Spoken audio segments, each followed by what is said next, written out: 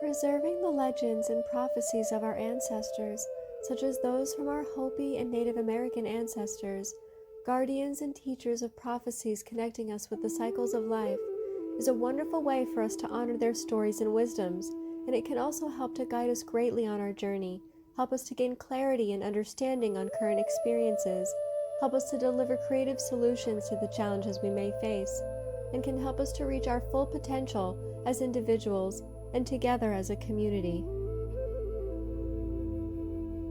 Honoring our ancestors is a profound practice that transcends mere remembrance. It is a deep-rooted tradition that acknowledges the sacrifices, struggles, and triumphs of those who came before us.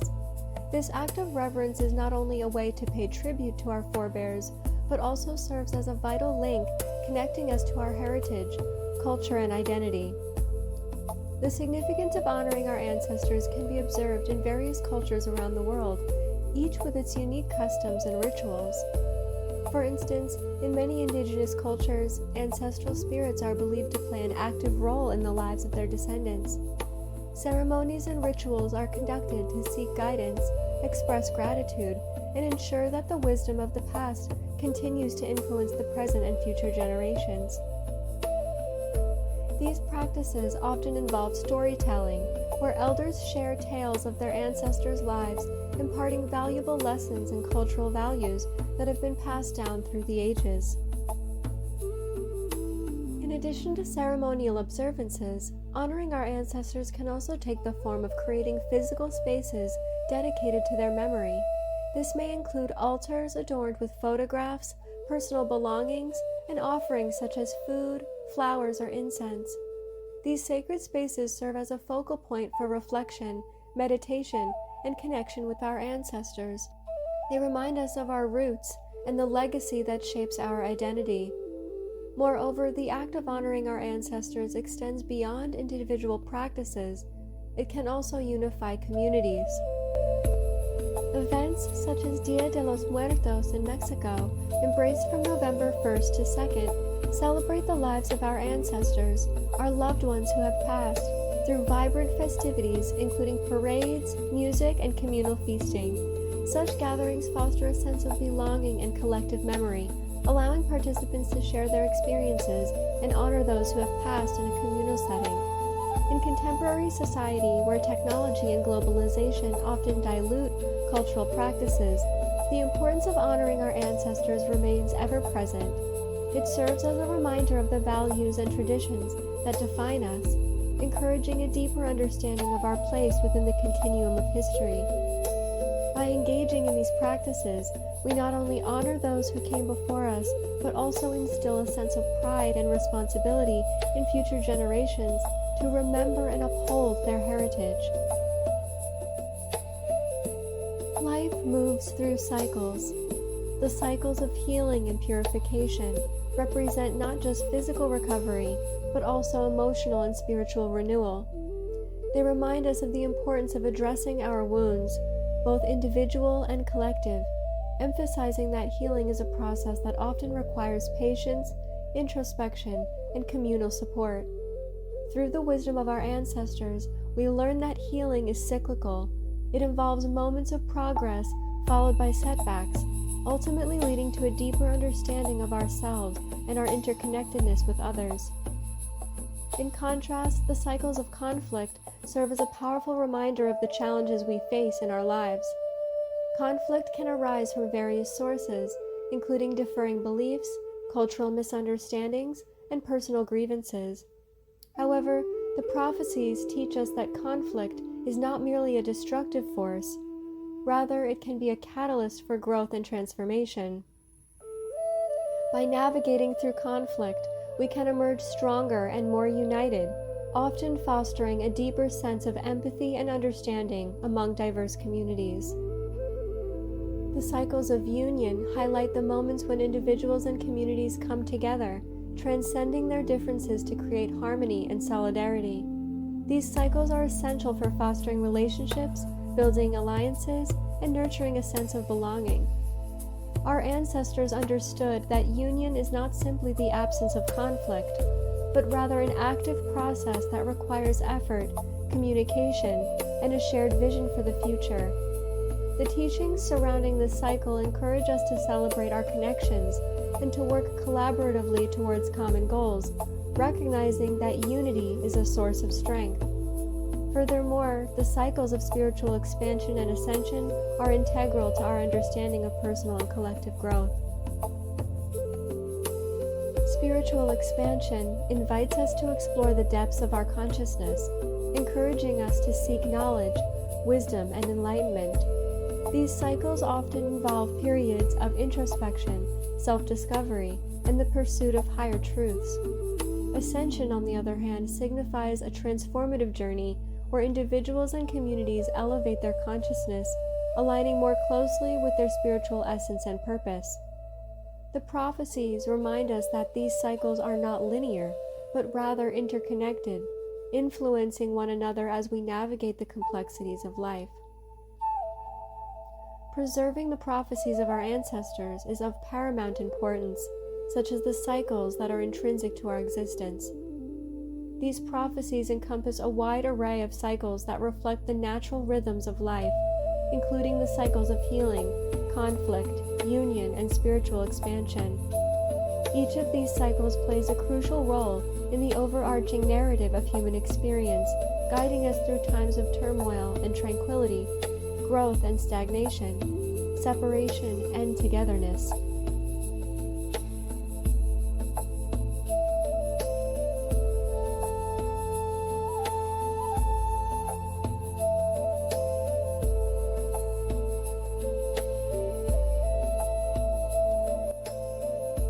The Hopi Prophecies, a collection of spiritual teachings and predictions from the Hopi tribe of North America, consist of a series of messages that reflect the tribe's deep connection to the earth, humanity, and the cosmos.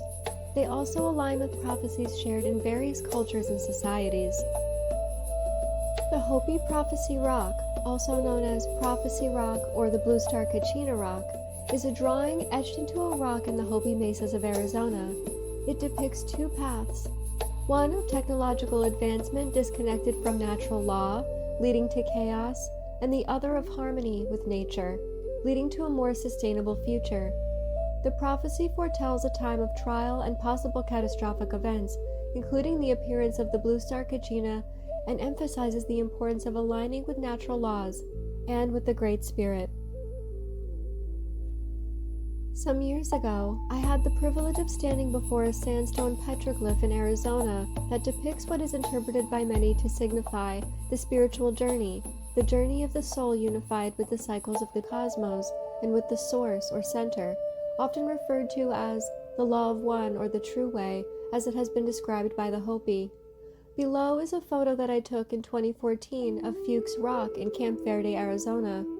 The site consists of a single boulder with a number of interesting spirals, concentric circles, and zigzags worked into its north-facing surface.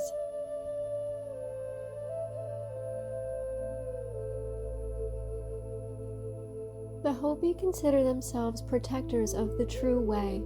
From their mesas in Arizona, they witness a world that was once pure but is now spoiled by the greed and corruption of the white man. Although they grieve over the changes to the land they have treasured for thousands of years, they take solace in the realization of prophecies shared with them in the distant past. The Hopi prophecies predicted the arrival of the white man and numerous subsequent events, including the eventual decline of the white man. The Hopi do not pass judgment, but many opt not to participate in the hurried approach toward what they perceive as the end of the fourth world and the beginning of the fifth new world. The Hopi have a profound relationship with the earth. They, along with other native tribes, build sacred ceremonial places called akivas or kivas into the earth to honor this connection.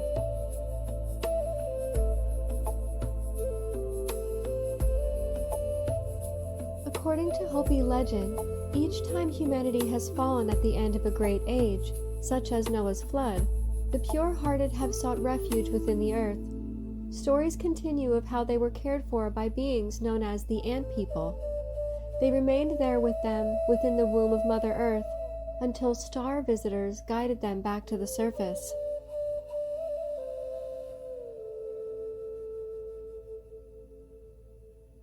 The Hopi believe in 9 worlds or ages: 3 past worlds, the current 4th world, the upcoming 5th world, and 2 future worlds: the 6th, the world of prophecy and revelation, and the 7th age, the world of completion.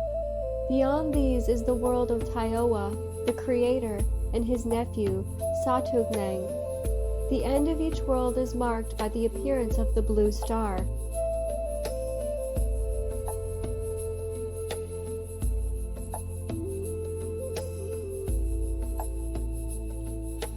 This Arizona petroglyph we have here depicts the emergence of the people in the 4th creation. According to Hopi legend, upon emerging from dwellings within the earth at Sipapuni in present-day Arizona, they were greeted by the Great Spirit and caretaker of the land, Masao, illustrated on the petroglyph holding the journey line. Near his hand is a circle symbolizing the eternal path of life, the physical world, and creation.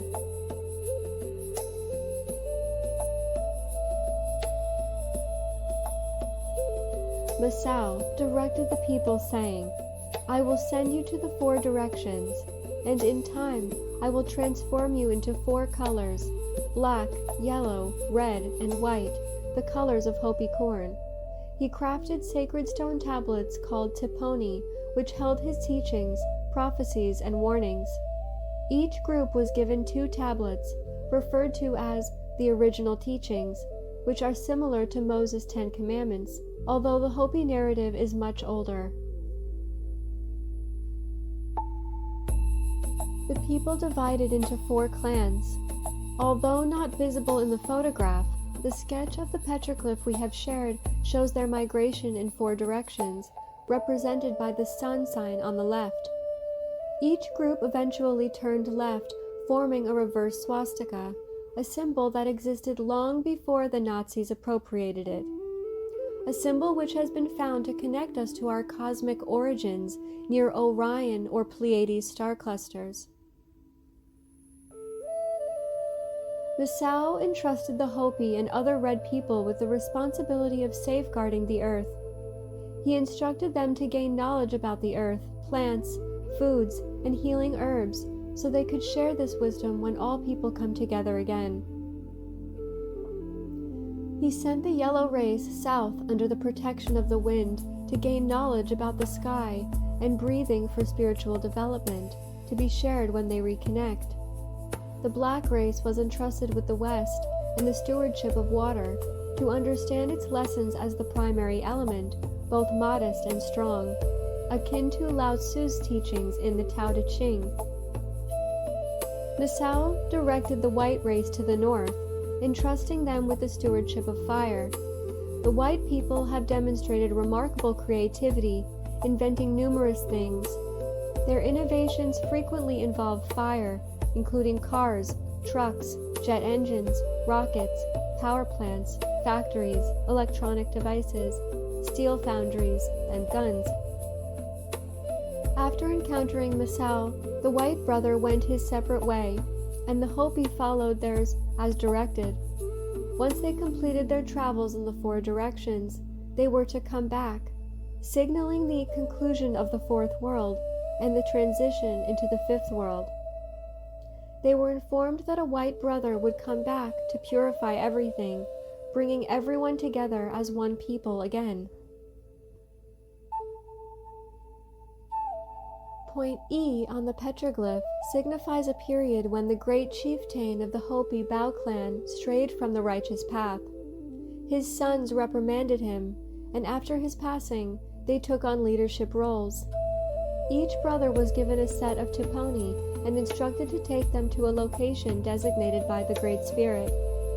The elder brother was directed to go east immediately, and, after reaching his destination, to return to find his younger brother, who stayed on Turtle Island, or North America. The younger brother was to journey across North America, leaving markers of his travels. Both were told that a great white star would appear, indicating the elder brother's arrival. At that moment, everyone was to settle and remain until the elder brother's return. The petroglyph illustrates two lifelines, K and G. The lower path, K, represents the true path to everlasting life, symbolized by a cane with a branching corn leaf at 4 points along this path, L. Those who are two-hearted, thinking with their heads instead of their hearts, follow path G. The prophecy rock depicts 3 two-heart individuals, H, whom Hopi elders describe as wicked, signifying the punishment or death for choosing a false path. To the Hopi, the two-hearted path symbolizes the journey of most white people. The brief line that realigns with the true path of life, N, suggests that some individuals might find their way back to the true path and eternal life. This represents the final opportunity to return to the true way before the upper road breaks apart, the zigzag line, and concludes, I. Another dead end is depicted by the symbol turning back or drooping down, as J. Recently, the upper zigzag line has been scratched and damaged, resembling a fourth figure, which according to the Hopi, was not initially present. The small circle above the path of life, final M, following the last opportunity, signifies the Great Purification, marking the return of the Great Spirit, O, who carries a symbol of eternal life, as illustrated at the beginning. This is why he is referred to as the first and the last. The square, F, denotes Oribe, the ancestral home of the Hopi. The path, K2G, signifies the deceptive path of the wicked Oribe, Hopi who regard themselves as superior to others. The Hopi shield on the far right represents the earth and the Four Corners region of the southwest where the Hopi live. The symbol P is difficult to discern due to damage on the panel, appearing as 3 dots. Thousands of years ago, the Hopi were forewarned about another race claiming Turtle Island as their own and trying to alter the Hopi way of life. These people, known as Bahana, would speak with a forked tongue, offering enticing things. The Bahana would attempt to compel the Hopi to use weapons, but the Hopi were cautioned against being lured, as this would lead to their downfall and inability to recover. The Hopi were prohibited from raising a hand against any nation. One hot day in the summer of 1958, a minister named David Young stopped to offer a ride to an Indian elder, who accepted with a nod. After several minutes of silence, the Indian spoke. I am White Feather, a Hopi of the ancient Bear Clan. In my long life I have traveled through this land, seeking out my brothers, and learning from them many things full of wisdom. I have followed the sacred paths of my people, who inhabit the forests and many lakes in the east, the land of ice and long nights in the north, and the places of holy altars of stone built many years ago by my brothers' fathers in the south. From all these I have learned the stories of the past and the prophecies of the future. Today, many of the prophecies have turned to stories, and few are left. The past grows longer and the future grows shorter. And now White Feather is dying. His sons have all joined his ancestors, and soon he too will be with them. But there is no one left, no one to recite and pass on the ancient wisdom. My people have tired of the old ways, the great ceremonies that tell of our origins, of our emergence into the fourth world, are almost all abandoned, forgotten. Yet even this has been foretold. The time grows short. My people await Pahana, the lost white brother, from the stars, as do all our brothers in the land. He will not be like the white men we know now, who are cruel and greedy. We were told of their coming long ago, but still we await Pahana.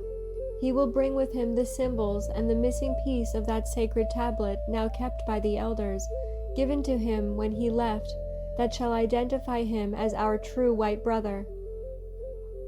The fourth world shall end soon, and the fifth world will begin. This the elders everywhere know. The signs over many years have been fulfilled, and so few are left. This is the first sign. We are told of the coming of the white-skinned men, like Pahana, but not living like Pahana, men who took the land that was not theirs, and men who struck their enemies with thunder, or guns. This is the second sign. Our lands will see the coming of spinning wheels filled with voices. In this youth, my father saw this prophecy come true with his eyes, the white people bringing their families in wagons across the prairies. This is the third sign. A strange beast like a buffalo, but with great long horns, will overrun the land in large numbers. These White Feather saw with his eyes, the coming of the white men's long-horned cattle. This is the fourth sign. The land will be crossed by snakes of iron, or railroads. This is the fifth sign. The land shall be crisscrossed by a giant spider's web, or telephone and power lines. This is the sixth sign. The land shall be crisscrossed with rivers of stone that make pictures in the sun, freeways and road mirages. This is the seventh sign. You will hear of the sea turning black and many living things dying because of it, oil spills. This is the eighth sign. You will see many youth who wear their hair long like my people come and join the tribal nations to learn their ways and wisdom. And this is the ninth and last sign. You will hear of a dwelling place in the heavens above the earth that shall fall with a great crash. It will appear as a blue star. Very soon after this, the ceremonies of my people will cease. These are the signs that great destruction is coming. The world shall rock to and fro. The white man will battle against other people in other lands, with those who possess the first light of wisdom, the Middle East. There will be many columns of smoke and fire such as White Feather has seen the white man make in the deserts not far from here. Only those which come will cause disease and a great dying. Many of my people, understanding the prophecies, shall be saved. Those who stay and live in the places of my people also shall be safe. Then there will be much to rebuild. And soon, very soon afterward, Pahana will return. He shall bring with him the dawn of the fifth world. He shall plant the seeds of his wisdom in their hearts. Even now the seeds are being planted. These shall smooth the way to the emergence into the fifth world. But White Feather shall not see it. I am old and dying. You, perhaps, will see it. In time. In time.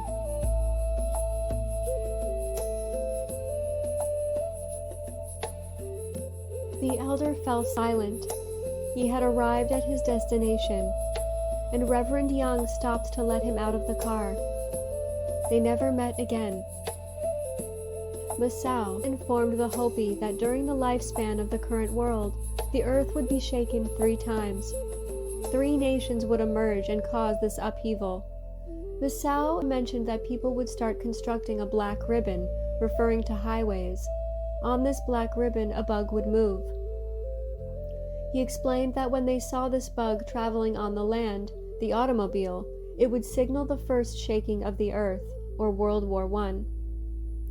The earth's tremors would be so intense that this bug would eventually be dislodged and start to fly through the air. By the end of the second tremor, World War II, the bug would be airborne globally. It would leave a trail of dirt behind, eventually causing the entire sky to become polluted with these dirt trails. This pollution would lead to numerous diseases that would become increasingly complex. The 2 circles on the lower path of life on the petroglyph, M, represent the first 2 major earth tremors. Masao described the second circle or shaking as a cobweb encircling the earth, allowing people to communicate through it, the telephone or radio. This shaking would be more severe than the first. Masao also mentioned a gourd full of ashes being created, which, when released from the sky, would boil the oceans and scorch the land, preventing growth for many years, the atomic bomb.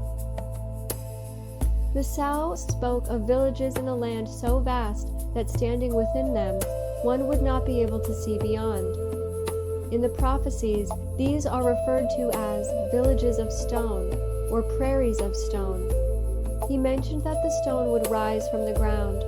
At the heart of each of these villages would be people walking as hollow shells on a prairie of stone, referring to them as hollow shells, indicating that these people would be spiritually void, having lost their traditional understanding. The Hopi refer to this impending condition and the state of society today as Koyaniskatsi, meaning world out of balance, a state of life that calls for another way. It was said that after the eagle touched down on the moon, the lunar lander of Apollo 11, some individuals would leave the stone prairies, return home, embrace some traditional ways, and undergo a rebirth. However, many others would not. According to the prophecy, the elder brother of the shining light comes back to find his younger brother. He will bring the Tuponi tablets with him. In another version, he searches for the tablets to fulfill the mission entrusted to him by the Great Spirit. The Tuponi will be placed side by side to demonstrate to the world that they are true brothers. Although the elder brother may have changed his skin color, his hair will remain black. He will introduce no religion other than his own and will have the ability to write in the ancient language. He will be the sole person capable of reading the Tuponi. The true white brother, Kachina, will arrive accompanied by two significant helpers. According to the prophecies, these helpers are referred to by the Hopi word for population, suggesting they represent large groups of people. As the time of the Great Purification approaches, the helpers will initially cause the earth to tremble briefly as a preparation, followed by 2 additional tremors. After this, it will pause before rising a third time. According to Hopi prophecy, this third occurrence will be crucial. They interpret it as a war, a spiritual conflict against materialistic society. The prophecy says that signs of the third world shaking would be 1. Health and vitality of our trees of life suffer greatly. Acid rain has taken a heavy toll on trees in some areas, but this could also refer to the demise of the rainforest. 2. Man builds a house in the sky, the International Space Station. 3. Cold places will become hot. Hot places will become cold. Climate change. 4. Lands will sink into the ocean, and lands will rise out of the sea. Earth shifts. 5. There will be an appearance of the blue star Kachina. This has multiple interpretations, ranging from the star Sirius, a blue comet, a cosmic messenger, a star being or spirit, aurora plasma light, a great arbiter of balance, a bringer of change, or a catalyst of conscious awakening.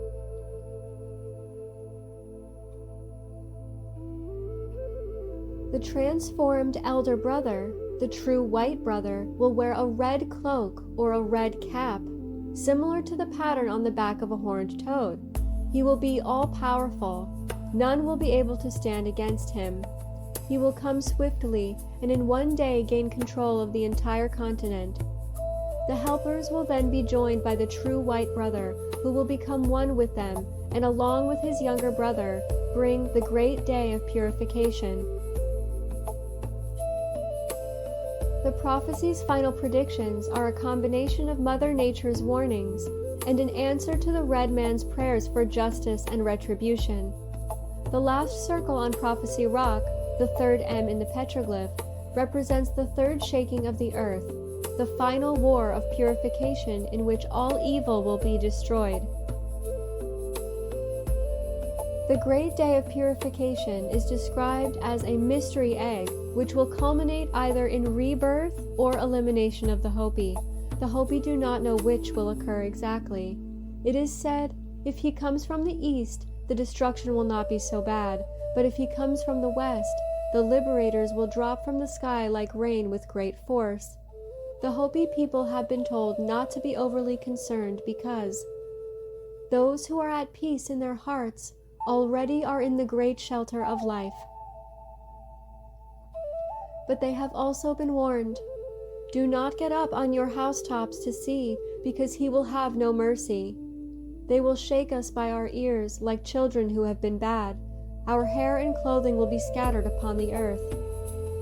Could this be from cosmic radiation? We discuss some ways to protect ourselves from cosmic radiation in a later section of this video, titled, Be Prepared, Not Scared. You're also welcome to check out our blog, titled EMF Protection and Grounding. The prophecies tell us that nature will speak with a mighty breath of wind. There will be earthquakes and floods causing great disasters, changes in the seasons and in the weather, disappearance of wildlife, and famine. Turtle Island could turn over 2 or 3 times, and the oceans could join hands and meet the sky. This seems to be a prophecy of a pole shift, a flipping of the planet on its axis. The prophecies also speak of a social cleansing or purification, in which the pure in heart will eventually triumph over the evil and greedy. All evildoers will be punished, neutralized, or destroyed. There will be corruption and confusion among the leaders and the people all over the world. A final decisive battle between good and evil will take place. The degree of violence will be determined by the degree of inequity between the peoples of the world and the balance of nature. In this crisis, rich and poor will be forced to struggle as equals in order to survive. When asked whether the people in the cities who did not listen to nature's warnings could be helped, the elders said, "Well, it's just that way. If a person does not have the spiritual eyes to see, it's very hard to show them. Or if they don't have the ears to hear, it's very hard to speak with them. We wish that we could go get them all, but we can't. It's just that some are not going to wake up. Fortunately, some will." After this period of divine purification, as foretold by the prophecies, genuine peace, unity, and eternal life will be realized. The prophecy suggests this time is approaching soon. The prophecies state, when the blue star Kachina appears in the sky, the 5th world will arise. This will mark the day of purification. The story of the blue Kachina and the red Kachina by Chief Dan Evahima, Hopi traditional caretaker. The story of the blue Kachina is a very old story, very old. I have been aware of the story of the blue Kachina since I was very young. I was told this story by my grandfathers, who are now between 80 and 108 years of age. Frank Waters also wrote about Sakwasohu, the blue star Kachina, in the Book of the Hopi. The story came from Grandfather Dan, eldest Hopi. It was told to me that first the blue Kachina would start to be seen at the dances, and would make his appearance known to the children in the plaza during the night dance. This event would tell us that end times are very near. Then the blue star Kachina would physically appear in our heavens, which would mean that we were in the end times. In the final days, we will look up in our heavens, and we will witness the return of the 2 brothers, who helped create this world in the birthing time.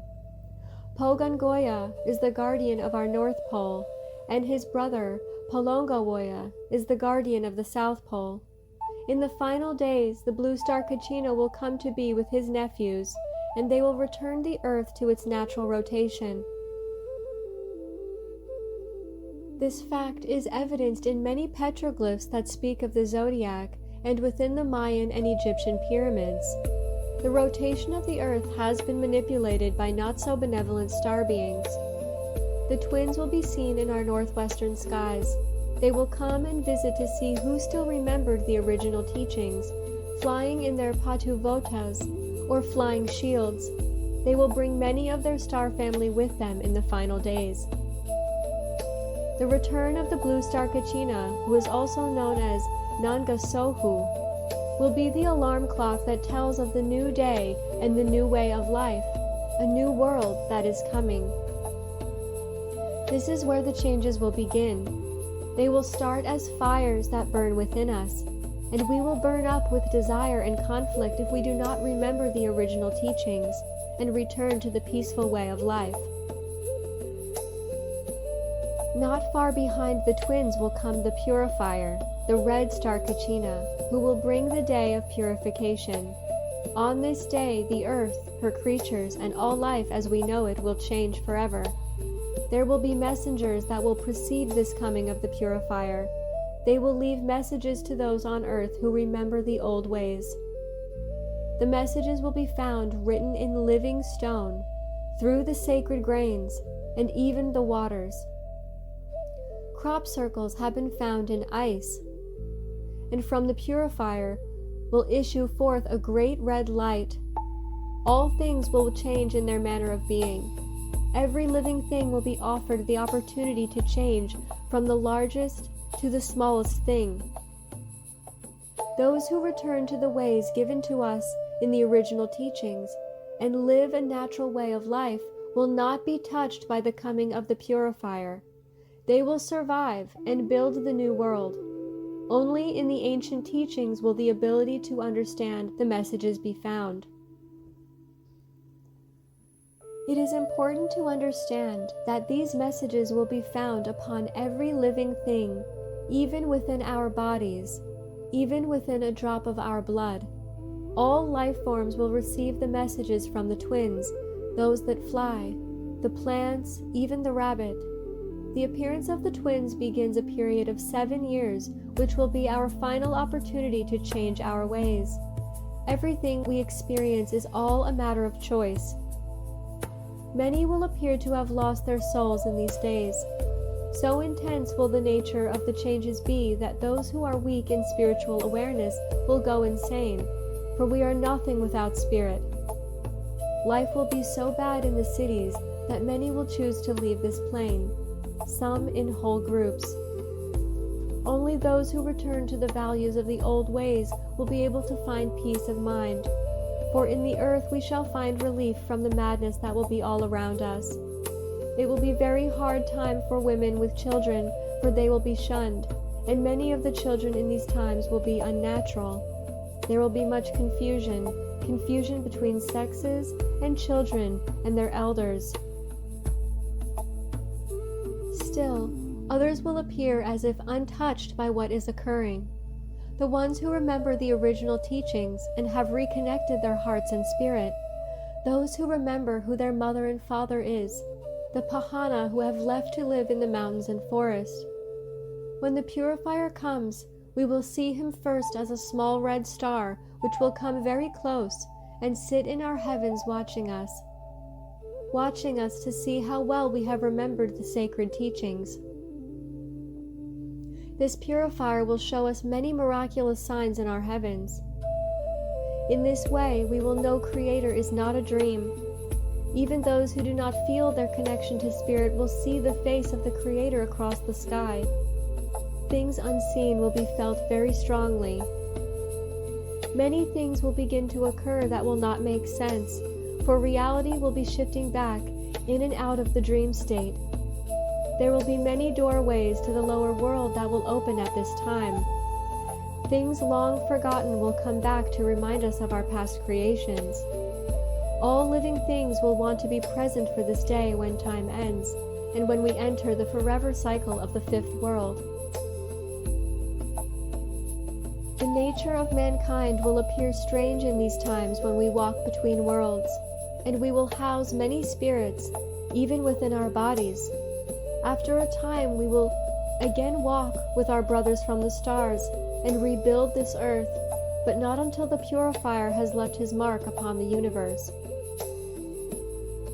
No living thing will go untouched, here or in the heavens.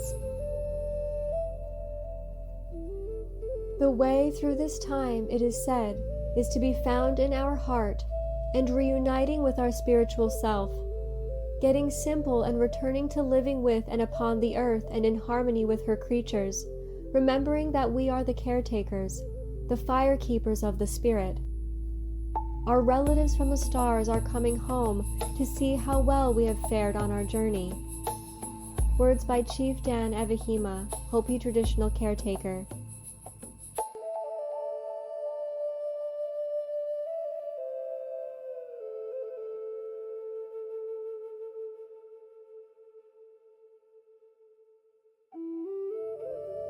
In another ancient rock carving near Misongnovi, Arizona, a dome-shaped saucer is depicted along with a maiden and other beings.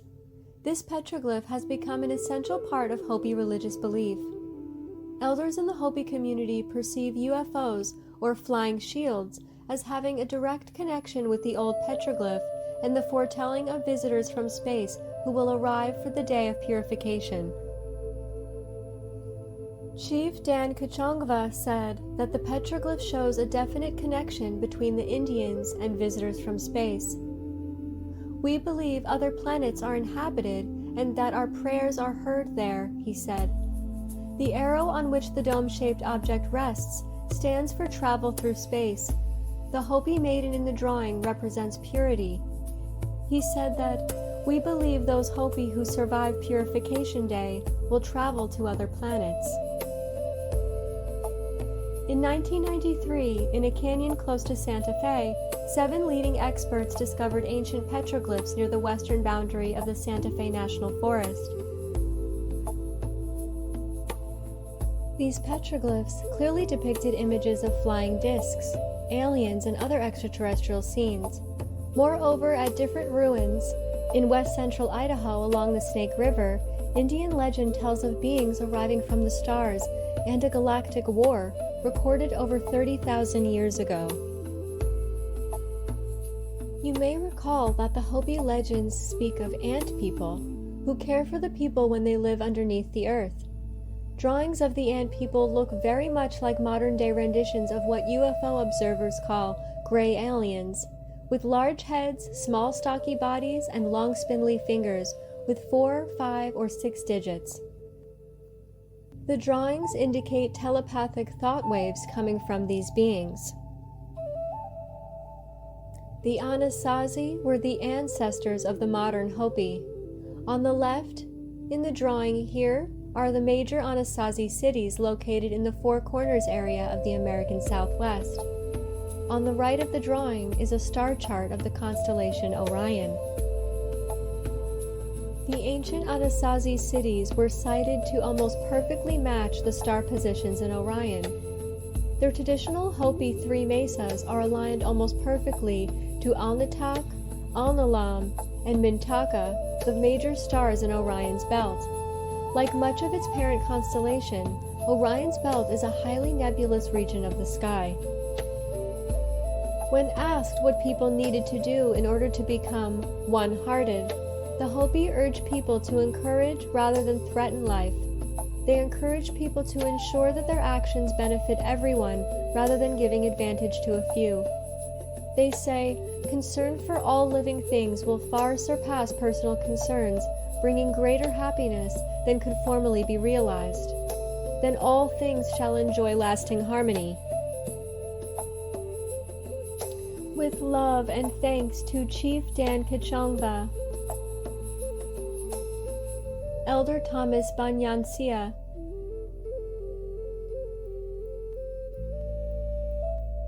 Chief Dan Evahima,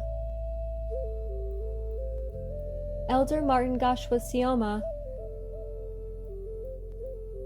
Alan Ross, Lee Brown, and Frank Waters.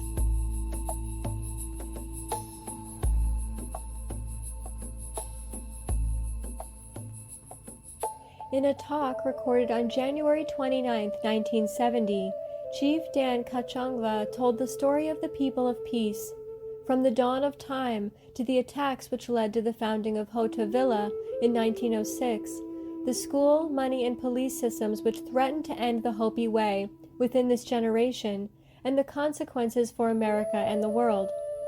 From the beginning to the time of purification. Prophecies of the Hopi People by Chief Dan Kachongva and Kimberly Ruff. I've provided the link to this article in the video description below.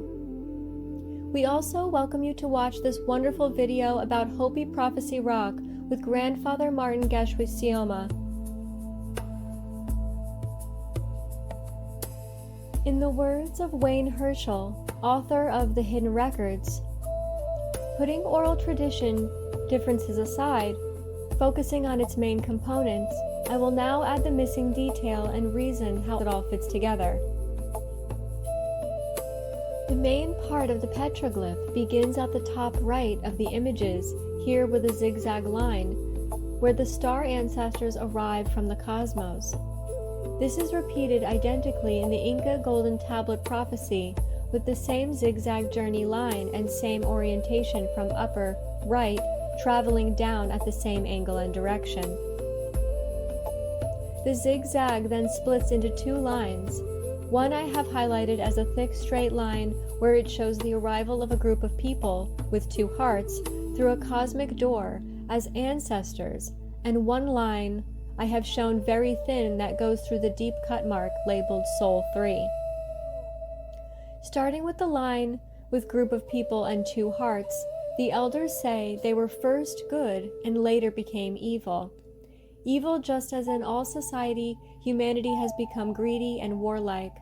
Since the elders speak of an arrival event and a future return event, then chances are the thin line traversing through Soul 3 is the return of the ancestors as a messenger in the future event of purification.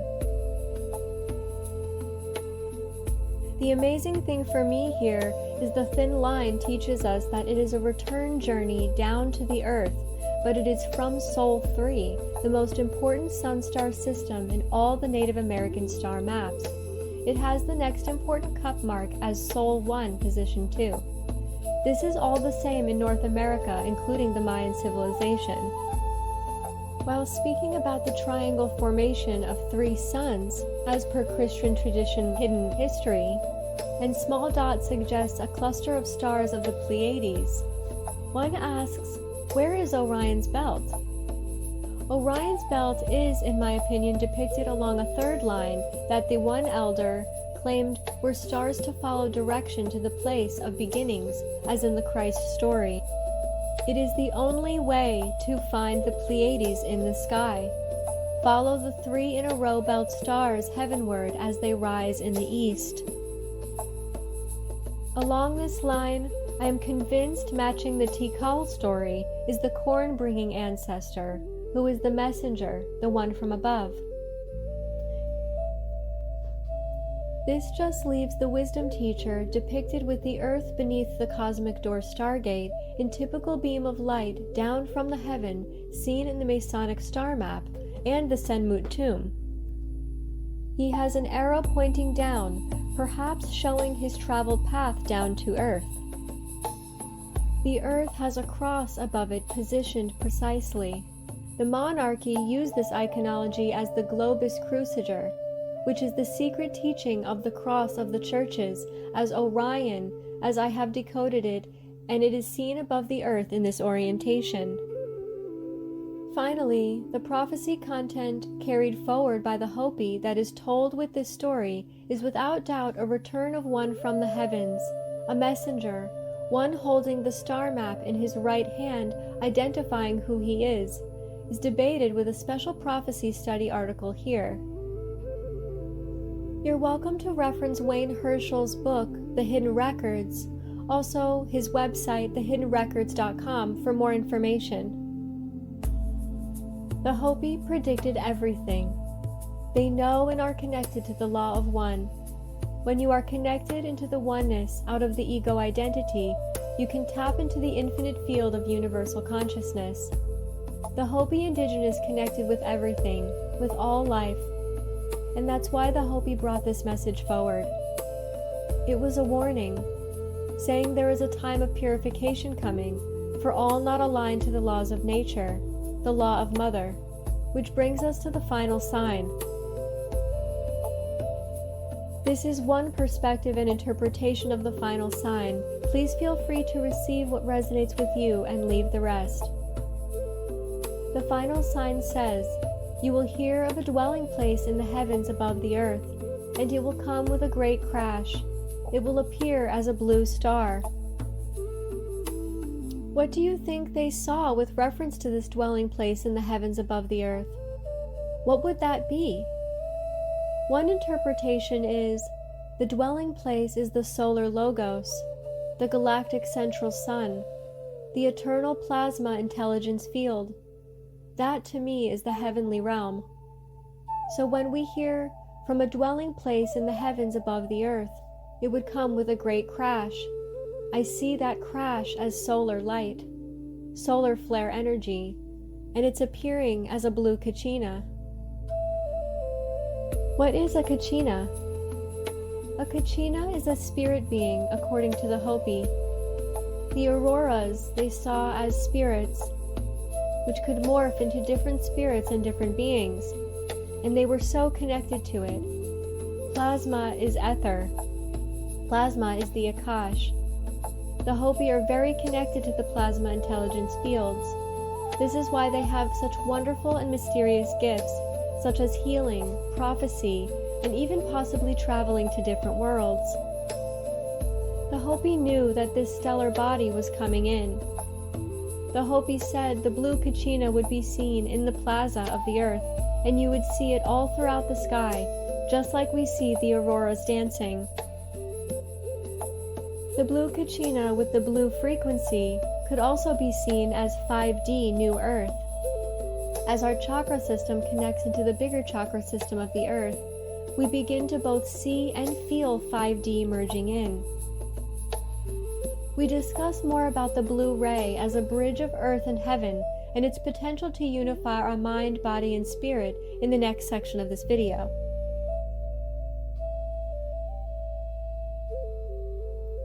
When we observe our current astrology, we may also see this reflection of the blue star Kachina with Three-Eye Atlas, an interstellar visitor emanating blue dust that is shown to emit its own light as it traverses its path, following the planet orbits almost perfectly, according to Harvard astrophysicist Avi Loeb.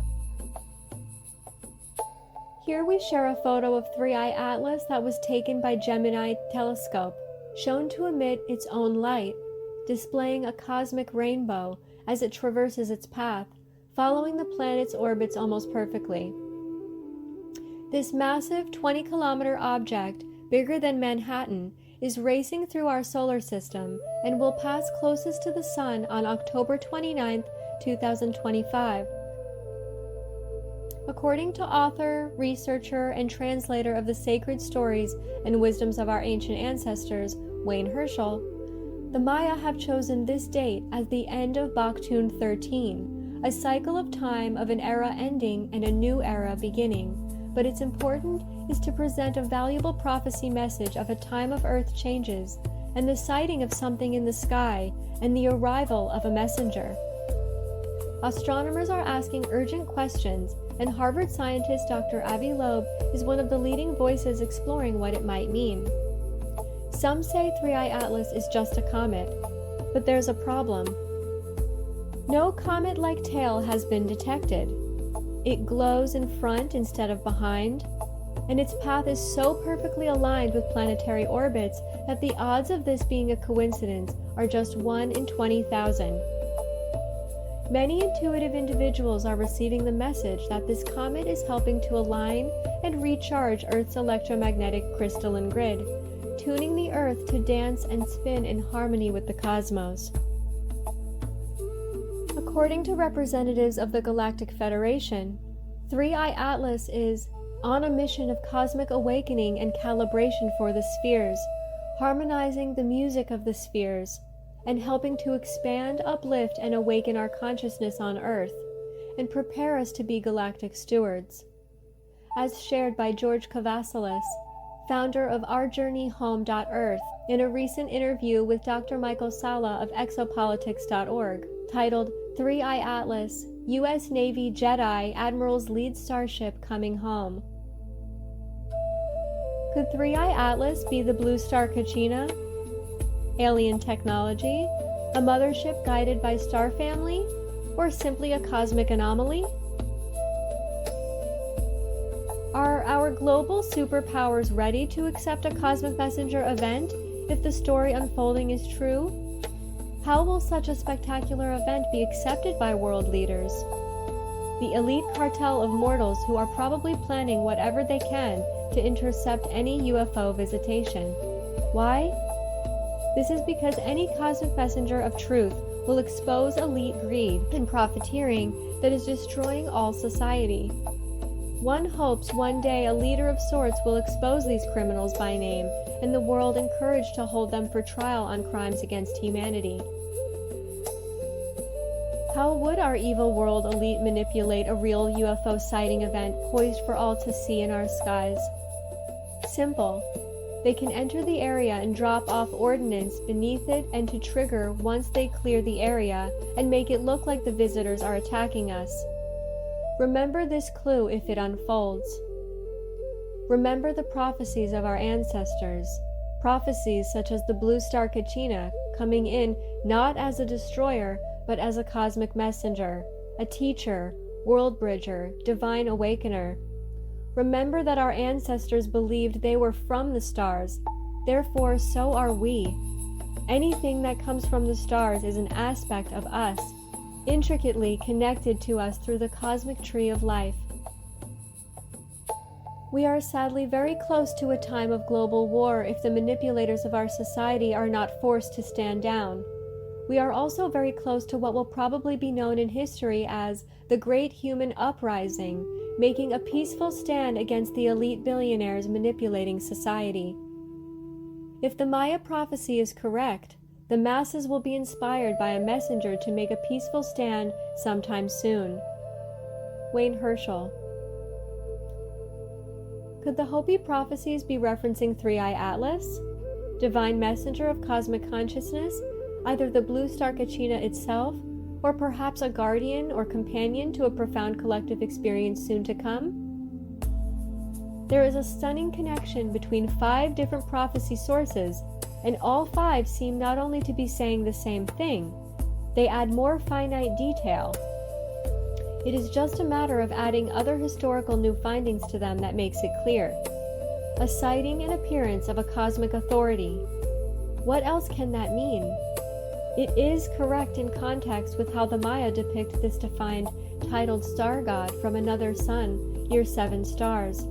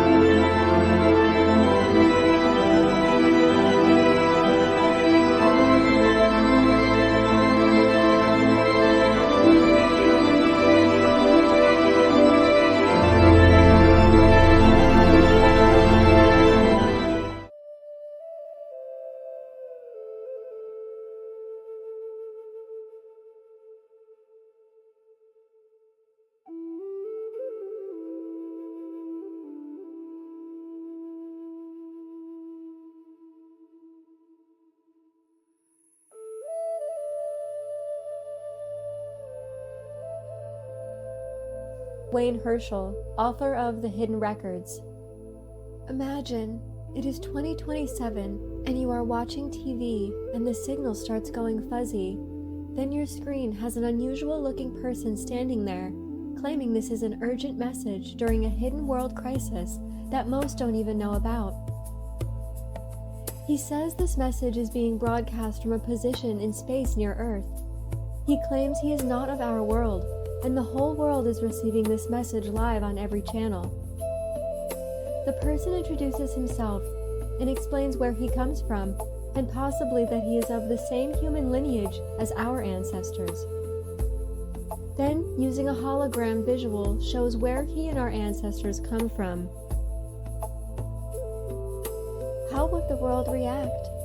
Do you realize our elite, manipulated society have conditioned our minds to reject this event if it's real? Do you know why? Do you know what it is they're afraid of? True, the prophecy in the book of Revelation has the messenger hold 7 stars like this image to verify the star map where his solar system originates. He explains that this address is also our ancestors' place of origin. He arrived in some sort of a starship from the heavens.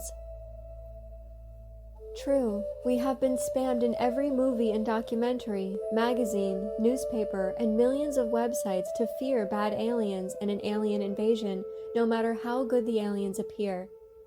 Historical monarchy in charge of biblical publications probably even added a few lines themselves that Satan will look pure and he should be ignored because the king even feared he would be exposed for evil crimes committed for the crown based on lies. Ask yourself, when this day occurs, will you scream, "Bad aliens" or "Satan," as you have been tuned to do? Or will you think for yourself, what can be measured about such a visitor's claims? The Maya said, "Sighting and messenger, not doomsday." Written by Wayne Herschel, author of The Hidden Records. Links to the star maps and prophecies referenced are available in the video's description below. I also highly recommend a couple of different videos. Part 2, Orion Man, an Alien Messiah, Message Found at Atlantis Site, reads 2027, by Wayne Herschel, as well as Preview, 3-Eye Atlas Deep Space Object Hides Behind Sun for the 2027 Immaculate Constellation Event, by Wayne Herschel.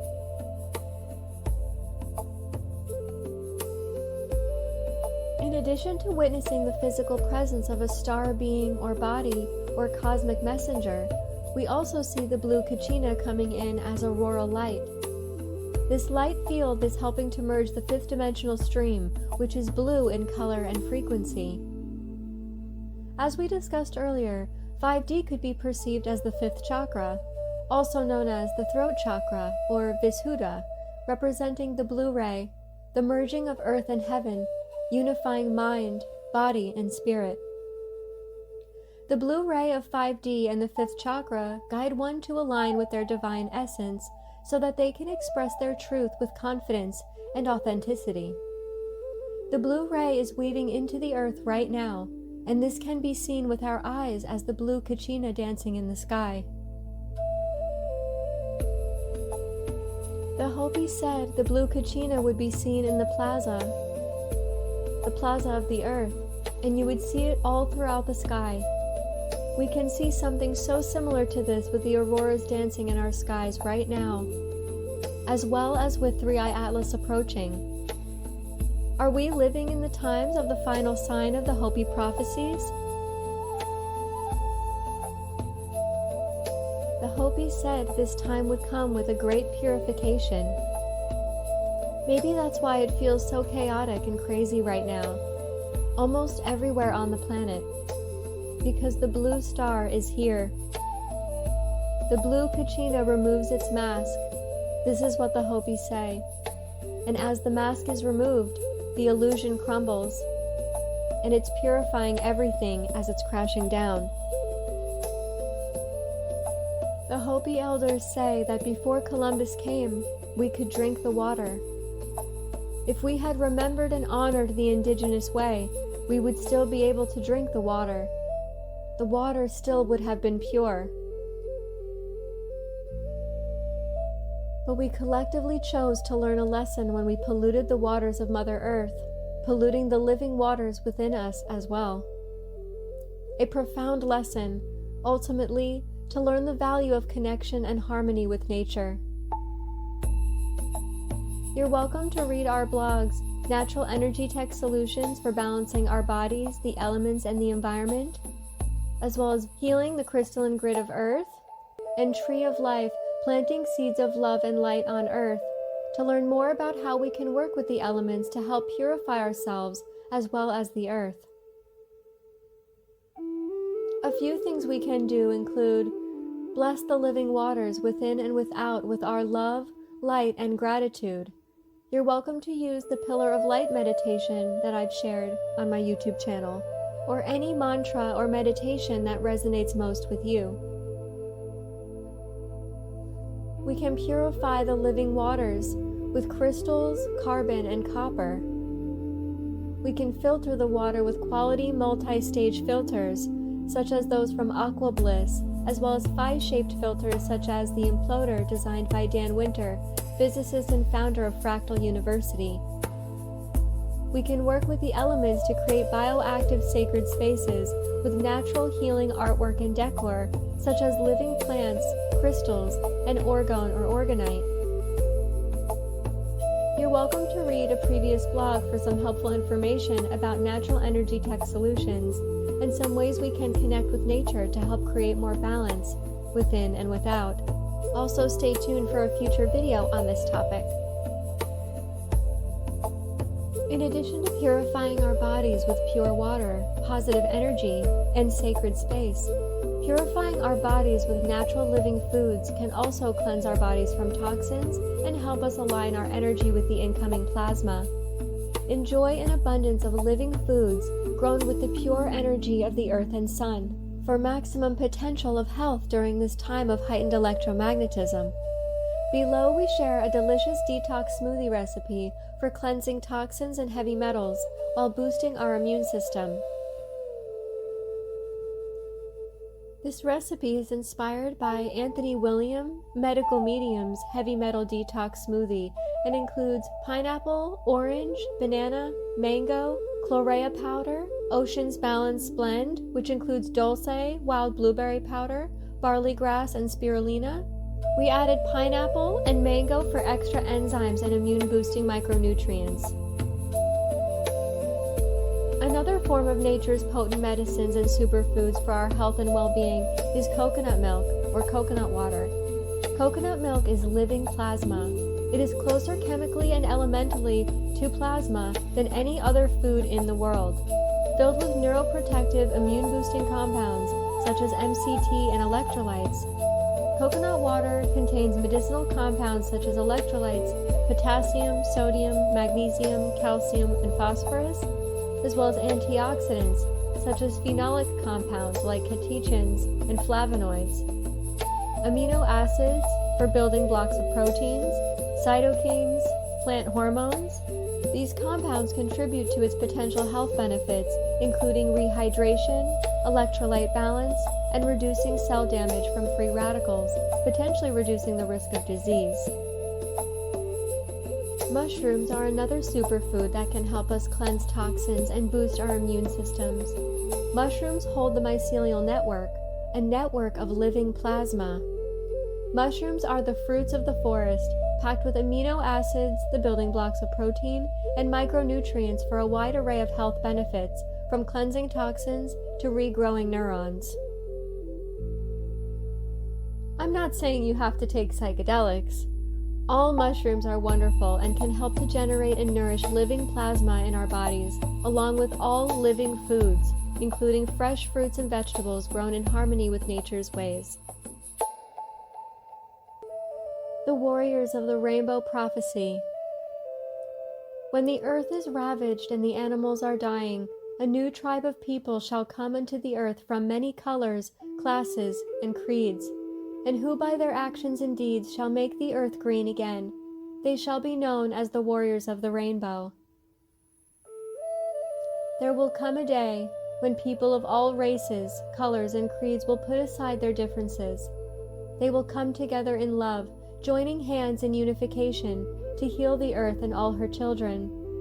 They will move over the earth like a great whirling rainbow, bringing peace, understanding, and healing everywhere they go. Many creatures thought to be extinct or mythical will resurface at this time. The great trees that perish will return almost overnight. All living things will flourish, drawing sustenance from the breast of our mother, the earth. The great spiritual teachers who walked the earth and taught the basics of the truths of the whirling rainbow prophecy will return and walk amongst us once more, sharing their power and understanding with all. We will learn how to see and hear in a sacred manner. Men and women will be equals in the way Creator intended them to be. All children will be safe anywhere they want to go. Elders will be respected and valued for their contributions to life. Their wisdom will be sought out. The whole human race will be called the people, and there will be no more war, sickness, or hunger forever. When the time of the white buffalo approaches, the third generation of the White Eyes children will grow their hair and speak of love as the healer of the children of the earth. These children will seek new ways of understanding themselves and others. They will wear feathers and beads and paint their faces. They will seek the elders of the red race and drink of their wisdom. These white-eyed children will be a sign that the ancestors are returning in white bodies, but they are red on the inside. They will learn to walk the Earth Mother in balance again and reform the idea of the white chiefs. These children will be tested, as they were when they were red ancestors, by unnatural substances like firewater, plasma, to see if they can remain on the sacred path. From the 7 sacred rites.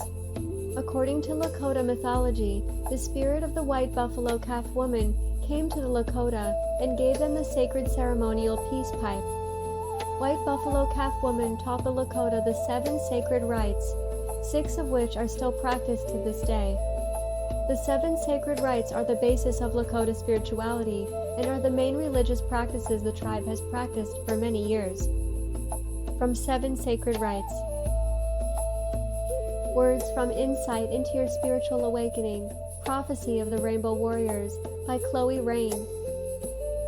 Grandmother Cece would look at me with her obsidian eyes piercing my soul when she spoke of the whirling rainbow prophecy, and I would feel my heart skip a beat, and then fill with promise and love. She would tell me about the return of the buffalo to Turtle Island, and how the herds would once again be numerous. After the time the buffalo returned, the generation following the flower children would see the dawning of the 5th world of peace. Words from Insight into Your Spiritual Awakening, Prophecy of the Rainbow Warriors, by Chloe Rain, founder of Explore Deeply. Chloe Rain, founder of Explore Deeply, has been trained in ceremonial practices and shamanic healing techniques from 2 living medicine paths, one in North America and one in South America. She has apprenticed under 2 indigenous medicine people for more than a decade, is a certified Native American healing arts practitioner, and has a master's degree in Indigenous Studies from the Arctic University of Norway, where she spent 4 years in the Arctic Circle, researching the sacred landscape of Sapmi, the land of the indigenous Sami people. Through her work, she hopes to inspire more people to listen to their soul's calling, and cause them to look a little closer at themselves, at the natural environment that surrounds them, and at other people and our beliefs of separation, race, culture, and religion. You're welcome to visit exploredeeply.com to connect with her and her offerings. The Rainbow Prophecy, as it is known, pertains to the guardians of legends, rituals, and myths essential for restoring Earth's health. It is believed these legendary figures will reappear on a day of awakening, uniting everyone to forge a new world of justice, peace, and freedom, and they will be called the Warriors of the Rainbow. They will reintroduce the values and knowledge lost over time, reminding us how to gain wisdom and perception, and how unity, harmony, and love are the only paths forward. We are living in the times our ancestors spoke of, the prophecy of the blue star Kachina manifesting before our eyes, along with a great purification and an awakening of consciousness.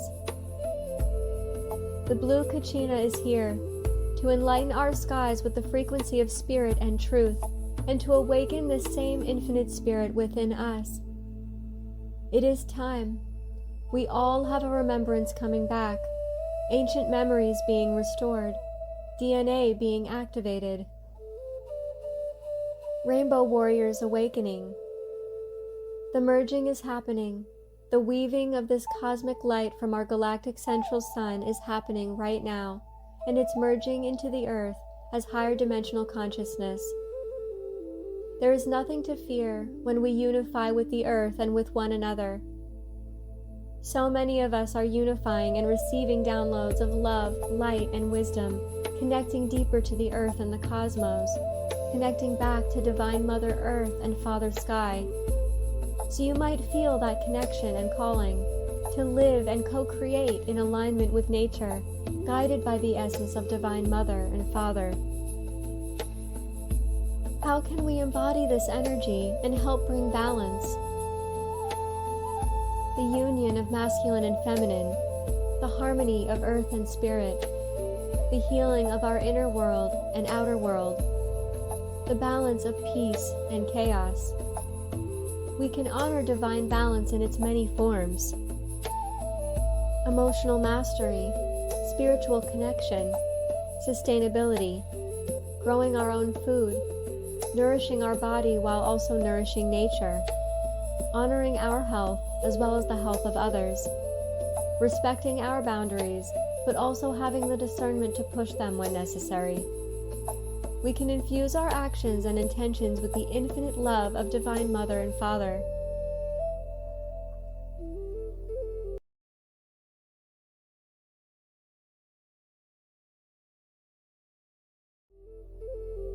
The reason we often feel within cities a frequency that is bleak is because it lacks the Divine Mother energy, the Divine Feminine Creator essence. When we see four-corner walls, that traps the energy.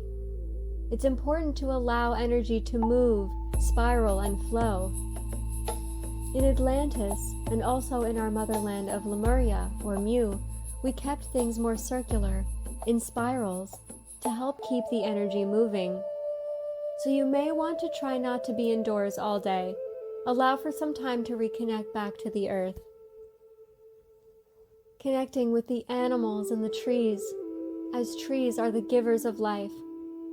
If you can plant trees, make beautiful gardens, beautiful places, sacred spaces, we all can create our own little hubs wherever we are in the world, where we can keep the energy moving through and asking the elementals for alignment with our house, our garden, our sacred space, and also within us. We can adorn ourselves with the crown of union of Divine Mother and Father.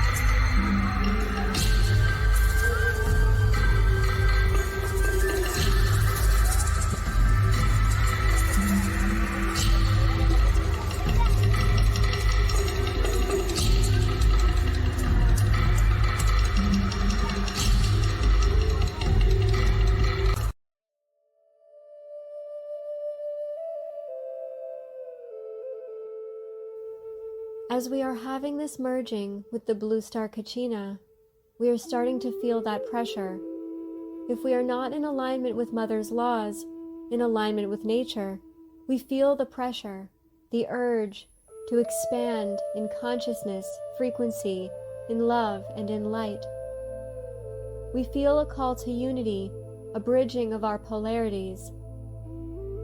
To remember our true God parents, Mother, Father, God, before all religion, remembered by our ancestors through the symbol of the feathered serpent. Within the many stories, legends, and wisdoms of our elders, there is a profound connection between Mother, Father, God creation and dragons, or feathered serpents. Dragons and feathered serpents have become symbols for the divine union of masculine and feminine, a mystery to many, and yet, perhaps there are some clues for us to follow. As our ancestors carved dragons into stone, depicting them as physical beings, as well as gods of all creation, bridgers of earth and heaven, divine masculine and feminine, guardians of ancient stargates. They carved dragons, serpents, and spirals onto the rocks as they pointed to the stars above, while tending to and speaking of the light within themselves, the spiral of life and consciousness. Ancestors are minds.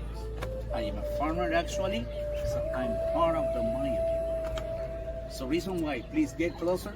I want to say goodbye to you singing this beautiful Maya song for you. Please everybody, huh? I want to share with you one of the beautiful phrases. 1,000 years after Jesus Christ, this song was singing or were singing in the whole Maya area. Huh? Remember, are you ready to record it? Sí. Total Maya language. La da la da da da. La da la. La da la la da la la la la. Ahen Chichen Itza. Mayapan Ushmaliete Litzman. Keshun techo no hochbil, matatzika yakunal, matatzika yakundal, mikasana pupsikal.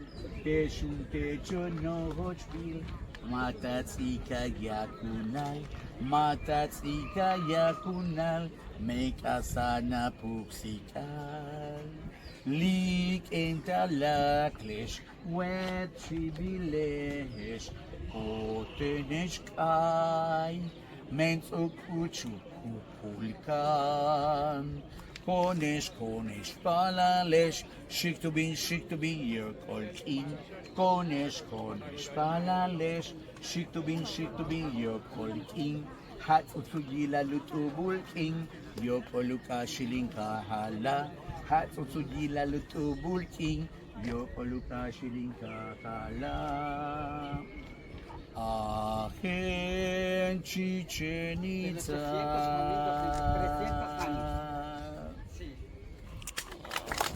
Qué bonito, gracias, Señor. Señores, this is what I have in my heart. That's your child, Maya music, Maya song. In the whole Yucatan Peninsula, 85 kilometers in the south side, on the border with Campeche, it's Radio Peto. It's a total Maya village. Huh? Hearing every day, Radio Peto. It's the name of the village. So there every morning, there's this song that they sing. Special one. Okay, man. Guys, well, so happy to work, to walk, transmitting my civilization, okay? Thank you very much for giving me this opportunity. Please, don't forget me soon, okay? If you have something to share with me in this moment, it's total optional. It's not mandatory. That's up to you, okay? Thank you very much. Have a nice day. Catch you later. So, God bless you. Bless. God bless. Salud. Gracias. Muchas.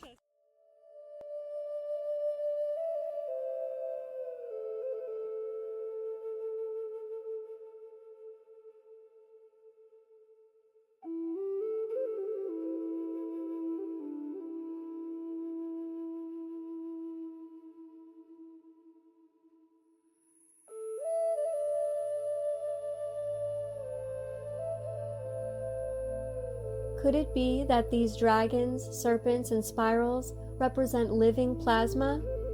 Living life force energy, prana, chi, source, consciousness, pure love, unified Mother, Father, God?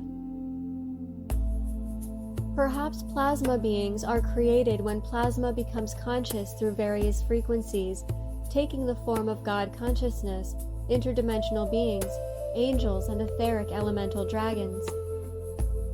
Maybe this is why the Hopi referred to Kachinas as star beings and also as spirits. They saw the stars as conscious beings, conscious living plasma. We'll explore the science and nature of plasma more in depth in a future video. However, I felt called to include plasma as an important aspect of this conversation because I truly believe it is the will of our ancestors that we learn this wisdom and begin to take responsibility for the harmony of masculine and feminine energies within us first and foremost. Understanding how intricately connected we are to all beings and forms of life through this unified stream of living plasma. The blue star Kachina is here, along with an array of angels, dragons, and plasma beings to help us unify our Mother, Father, God, Creator energies within us, to help manifest light, life, and love, and to help awaken our own inner angels, dragons, and God Creator consciousness. So, do not fear when the lights in the sky appear. The more we open our minds and hearts to a peaceful present and future, the more we will manifest it. Be prepared, not scared. Heightened electromagnetic energy in the atmosphere creates beautiful skies, along with an opportunity for purification and the awakening of consciousness. However, it is also something to be cautious of. This means being aware of our surroundings and common symptoms of radiation sickness, such as anxiety, hypertension, high blood pressure, poor sleep, low immunity, and even cancer in extreme cases. During this time, it may be crucial to learn how to boost your health with natural living foods and how to protect yourself from radiation with bioactive sacred spaces, as well as grounding elements, materials, and tools such as copper tensor technology and orgone or orgonite. You're welcome to read a previous blog, Natural Energy Tech Solutions for Balancing Our Bodies, the Elements, and the Environment, for more information on how we can protect ourselves from the heightened radiation in our environment and atmosphere. Stay tuned as well for my future video on this topic. When the blue star Kachina removes its mask, may you be prepared, not scared. And may you keep honoring yourself as the beautiful divine being of living light that you are. No matter where you are, may you honor your present moment, for it is an essential part of your process of expansion into the next chapter. So hold on and buckle up as we welcome the blue star Kachina in our skies, spiraling together through space and time. This is the 9th sign in the Hopi blue star Kachina prophecy, and we are in the 9 universal year. Even if things start to get crazy, thanks to the prophecies of our ancestors, we will know what is taking place. And these auroras, these Kachinas dancing in the sky, they are going to become more obvious in the days to come. They are going to become brighter. They will glow more. The plasma intelligence is not hiding anymore. So go within and connect with it. Bond with this energy. Create with it. We are creators, and we are here to create the new earth. Respect all of creation as you are one with all of creation. Respect the plasma as you are one with the plasma. It lives within you. When we know this, we bridge worlds together. We can unify. Sacred Weaver, descendant of ancient cosmic builder races, it's time for us to wake up to the spirit of our ancestors and remember that we are one with all life, with Mother Earth and Father Sky. The blue star is a divine reflection, and like the spirit of the blue star Kachina, you are here as a cosmic being capable of bringing harmony and balance, here to connect with all of the earth and the elements, here to learn and grow and create more life. When we move into this state of oneness, the law of one, we return back to Eden. The electromagnetic language that we share is sacred, and perhaps it is beginning to come back online, just like our divine crystalline DNA and the crystalline grid of the earth. We can hear our ancestors and the trees calling to us. We understand when the animals wish to commune with us. All we have to do is listen. Even the elementals, that's what it's all about. Everyone is doing their part, even if they don't have this vocabulary or share the same gifts of communication. We all come from the plasma intelligence field. Infinite love and gratitude to the divine Mother Father creation within and without. Infinite love and gratitude to the Kachinas, the spirit beings, to the elements, the mineral kingdom, the plants and animals, the dragon energies rising. Infinite love and gratitude to the Rainbow Warriors, and to all on their journey, however they are called to live and be. We are coming back together, learning from the elders, learning from the indigenous. May we continue to remember our elders, preserving the prophecies of our ancestors. May we continue to remember their wisdom, guiding us along the path of awakening. The preservation of these prophecies is vital for future generations, as they offer profound insights into the human experience. By honoring the teachings of our ancestors regarding the cycles of healing, conflict, union, spiritual expansion, and ascension, we can cultivate a deeper understanding of ourselves and the world around us. These cycles remind us of the importance of resilience, empathy, and the continuous journey of growth, urging us to embrace the lessons learned from the past while moving forward into a more harmonious and enlightened future. The Hopi Prophecies serve as a profound reminder of the interconnectedness of all life, the importance of respecting the earth, and the need for spiritual awakening in the face of modern challenges. They encourage reflection on our actions and their impact on the world, urging us to strive for a more harmonious existence. Ultimately, honoring and preserving the legends and prophecies of our ancestors is a multifaceted practice that encompasses remembrance, respect, and recognition of the profound impact that our forebears have had in our lives.